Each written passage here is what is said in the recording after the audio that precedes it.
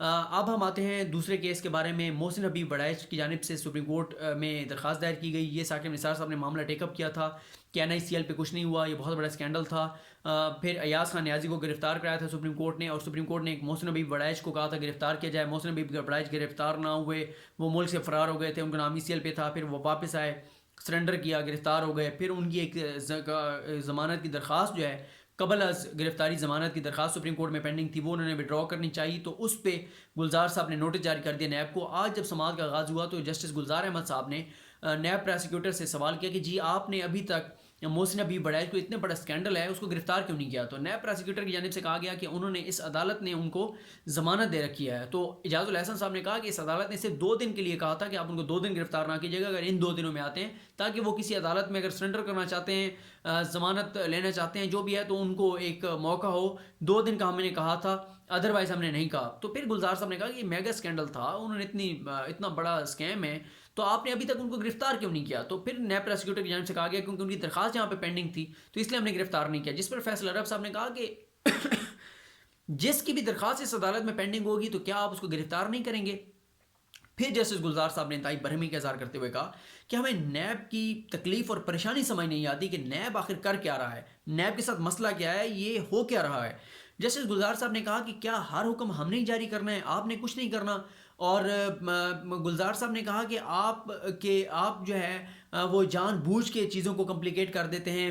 آج گلزار صاحب نے تحریری طور پہ بھی لکھوایا ہے کہ نیب جو ہے وہ وضاحت دینے میں ناکام رہا کہ کیوں جو ہے وہ جو ہے محسن حبیب بڑائچ اس کو کیوں نہیں گرفتار کیا. گلزار صاحب نے پوچھا تو اس موقع پہ جو محسن حبیب بڑائچ کے وکیل تھے راجہ عامر عباس صاحب, انہوں نے کہا کہ وہ نیب کے سامنے پیش ہو رہے ہیں. تو گلزار صاحب نے کہا وہ نیب کے پاس گئے ہوں گے, نیب نے چائے بھی پلائی ہوگی, کیک بھی کھلائے ہوں گے اور بھیج دیا ہوگا, اس سے زیادہ کیا ہے. نیب کی کہانی ہم جانتے ہیں, ہر چیز میں گڑبڑ ہے, نیب کا آنگن ہی ٹیڑھا ہے. گلزار صاحب نے کہا کہ نیب ان لوگوں کو, جن لوگ ملک کو لوٹ کے کھا گئے ہیں, ان لوگوں کو پکڑتے ہوئے نیب کے ہاتھ جلتے ہیں, اور نیب وہ مزے سے گھوم رہے ہیں جنہوں نے اس ملک کو لوٹا ہے, اور نیب اگر پھر رہا ہے تو ان لوگوں کے, چھوٹے چھوٹے لوگوں کے پیچھے پھر رہا ہے. اعجاز الاحسن صاحب نے کہا کہ یہ محسن حبیب بڑائچ تو جو ہے یہ مفرور تھا, آپ نے کیوں نہیں ابھی تک گرفتار کیا؟ پھر اعجاز الاحسن صاحب نے کہا کہ کیا ان کا نام ECL پہ ہے؟ نیب پروسیکیوٹر نے کہا مجھے پتہ نہیں ہے. تو اس موقع پہ گلزار صاحب, اعجاز الاحسن صاحب کہ حیرت ہے آپ کو یہ نہیں پتا. پھر وفاق کے وکیل تھے, انہوں نے خیر کہا کہ جی ان کا نام ECL پہ ہے. پھر گلزار صاحب نے کہا کہ یہ بتائیں کہ کوئی ادارہ ہے پاکستان کا جو نیب کا آڈٹ کرے کہ نیب ہر کیس کے اندر کیا کر رہا ہے, ہر کیس کو نیب خراب کر رہا ہے, تو کیا کوئی ادارہ نہیں ہے؟ کیا نیب کے معاملات صرف اللہ نے دیکھنے ہیں؟ پھر گلزار صاحب نے کہا نیب پروسیکیوٹر کو کہ آپ نے کتنا شرمندہ کروانا ہے اپنے چیئرمین نیب کو, وہ ہماری اس عدالت کے معزز جج رہے ہیں, آپ کیا چاہتے ہیں ہم ان کو بلائیں؟ ہو سکتا ہے وہ معزز آدمی ان کو پتہ ہی نہ ہو, جو نیب کا DG ہے وہ اپنے طور پہ مکا کر کے, کرپشن کر کے, اور وہ اس طرح لوگوں کو رعایت دے رہا ہو. تو سپریم کورٹ نے اگلی سماعت پہ پروسیکیوٹر جنرل نیب کو طلب کیا ہے, اور ساتھ ہی سپریم کورٹ نے جو ہے وہ تحریری جواب اور وضاحت مانگی ہے کہ کیوں نہیں محسن حبیب بڑائچ کو پکڑا گیا. یہ بھی پوچھا گیا ہے کہ اس کیس کی صورتحال کیا ہے, اور ساتھ ہی کہا گیا کہ چیئرمین نیب جاوید اقبال صاحب کے دستخطوں کے ساتھ اگلی رپورٹ جو ہے وہ جمع ہوگی.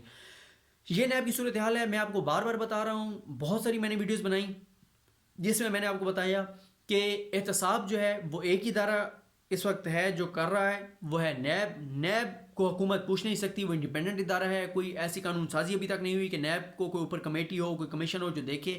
اور نیب کی صورتحال یہ ہے کہ جن کیسز میں سپریم کورٹ کا دباؤ آتا ہے, سختی آتی ہے, وہاں پہ تو کام ہوتا ہے, لیکن جن کیسز پہ سپریم کورٹ اس طرح چیک نہ رکھے تو ان کیسز میں نیب جو ہے وہ کچھ نہیں کرتا.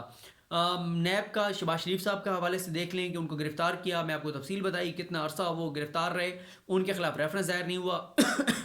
باقی کیسز ہیں لاہور ہائی کورٹ سے, جس طرح نیب کے خلاف فیصلے آ رہے ہیں, خیر اس میں کچھ تو لاہور ہائی کورٹ جو ہے انہوں نے شہباز شریف کی بیل کی کیس میں, وہ بھی میں انشاءاللہ آپ کو بتاؤں گا کس طرح انہوں نے سپریم کورٹ کے 5 رکنی بینچ کے فیصلے کی دھجیاں اڑا کے رکھ دیں, جس میں سپریم کورٹ کے 5 رکنی بینچ نے یہ گائیڈ لائن دی تھی کہ جب آپ نیب کے کیسز میں کسی کو ضمانت دیں گے تو آپ کا کرائٹیریا کیا ہوگا, آپ نے کیا کیا چیزیں دیکھنی ہوں گی.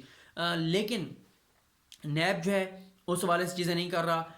اب کیونکہ 7 مارچ ہو چکی ہے, آج جہاں پہ میں آپ کو سپریم کورٹ میں ہونے والے کیسز کے بارے میں بتاؤں گا تو وہیں پہ میں آپ کو بتاؤں گا کہ 7 مارچ بہت اہم تاریخ ہے. 7 مارچ کو وہ ڈیڈ لائن سپریم کورٹ کی 2 ماہ کی دی ہوئی جعلی بینک اکاؤنٹس آصف علی زرداری کے حوالے سے اس کی آج ڈیڈ لائن ختم ہو رہی ہے. اس کیس کے حوالے سے بھی میں آپ کو بتاؤں گا کہ اس کیس کی صورتحال کیا ہے اور وہ کہاں تک پہنچا ہے, کیا ہو رہا ہے اس میں.